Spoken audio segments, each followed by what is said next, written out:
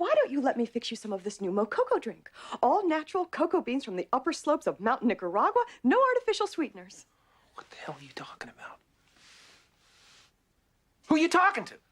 I love The Truman Show. It's one of my favourite films ever since I first saw it as a kid. It's also one of the most prescient, given what would follow in its wake. The rise of social media, the forming of parasocial relationships, the exploitative nature of the media cycle, and consumerism as a kind of escapism. The end is absolutely beautiful and affirms life and the human condition. Anyway, hey, it's been a while. Long time no see, huh? Well, figuratively speaking. Near the beginning of Mass Effect 3, Shepard meets an Alliance journalist named Diana Allers who wants to come aboard the ship. While it's worth noting this is optional, for most players, there's no reason to not take her on the Normandy at this stage. If you weren't aware, the voice and face model for this character was by a media personality named Jessica Chobot. While you may think this is fine in context, she was a regular host and reviewer for IGN. Let that sink in for a moment. What is particularly damning about this whole cross-promotion thing was that there was already a journalist that had been established and recurring in prior games. The investigative reporter Emily Wong. I believe developers have even said Emily Wong was supposed to be in Chobot's place prior to EA somehow thinking that this would make for good optics, let alone be a good idea in the first place, but don't quote me on that. Now, in making this point, you may feel the fact Jessica Chobot is a woman and conventionally attractive in real life has some bearing on this situation or the point I'm trying to make. The reality is, whether the journalist was ever going to be featured at all, whether the character would be a man or a woman, doesn't matter in the slightest. Think about what this represents. Games media gets into the proverbial bed with a highly corporate studio and puts their face and likeness in universe. It speaks volumes. I remember even at the time this was controversial, and remember, this was before Gamergate kicked off.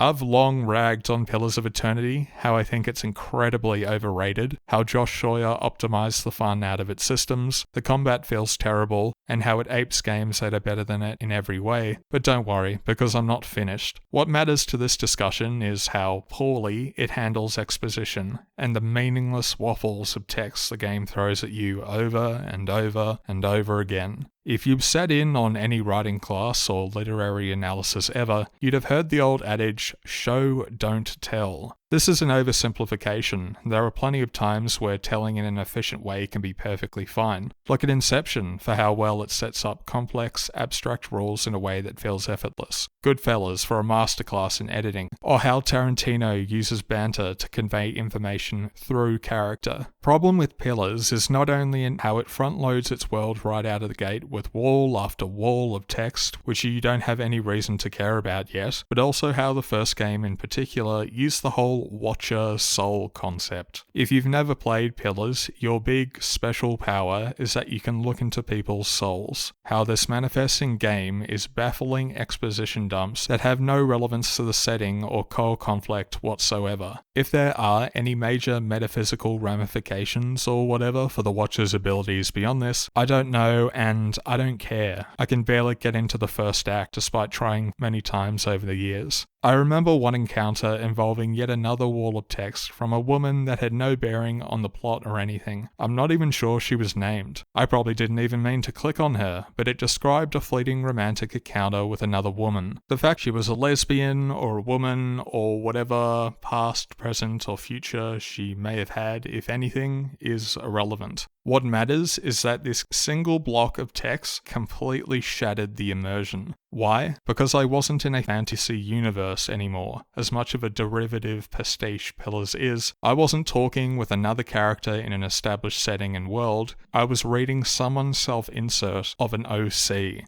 Pillars of Eternity was one of the big success stories to come out of the Kickstarter boom in the early 2010s. Wasteland 2 was another nostalgia bait trap that felt similarly soulless, but as part of the promises made to donators, Obsidian offered in higher tiers anything from people contributing their own NPC up to getting their own portrait in-game. While I sympathise with a struggling RPG studio to get funding, Divinity Original Sin and Larian were probably the biggest success to come out of this period. Untrained writers and essentially just fans were invited to put whatever they wanted, within reason, into the game, and the traces are everywhere. When compared to something like the town graveyard in Baldur's Gate 1, near the Nashkel mines if I remember correctly, where you can find a small joke about BioWare founders Bray Mazika and Greg Zeschuk, essentially a little Easter egg, Pillars of Eternity is bursting with anachronistic and irrelevant writing that ultimately comes across as inauthentic. It fundamentally undermines the actual setting because the two cannot exist beside each other. You already know my feelings on OCs and how RPG writing and design has shifted towards fanfiction and essentially gratification, but this is far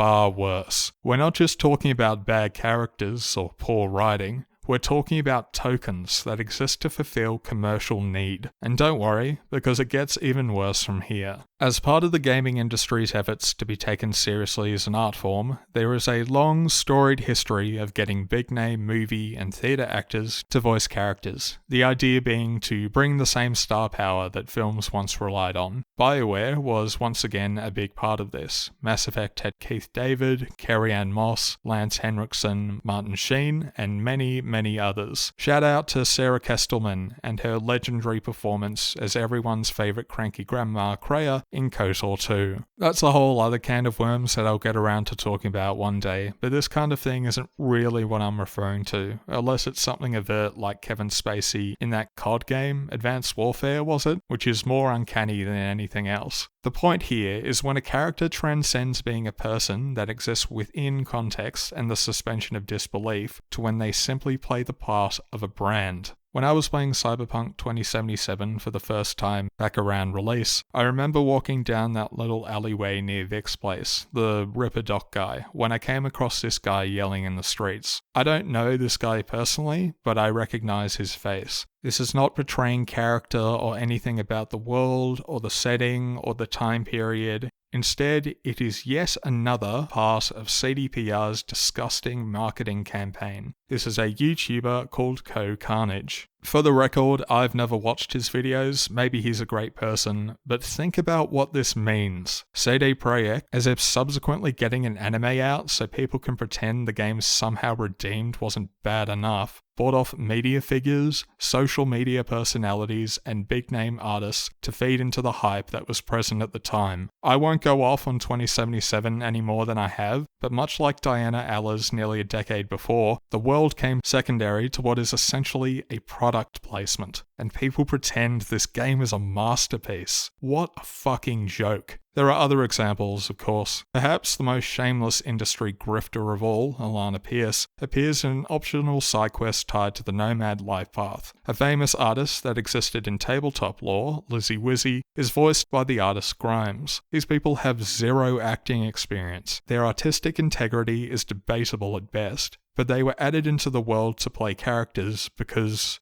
free advertising. That's it. How sad is that? Apparently Death Stranding 2 has a real-world VTuber now as well. Kojima is such an orbiter and a hack. There are other examples we could go through, but the point is the same. How utterly bereft of integrity and confidence for your setting and world would you have to be to allow meaningless product placements? And that's why I fucking hate influencers, because just like these stand-ins of characters, you are no longer a person, you are a brand.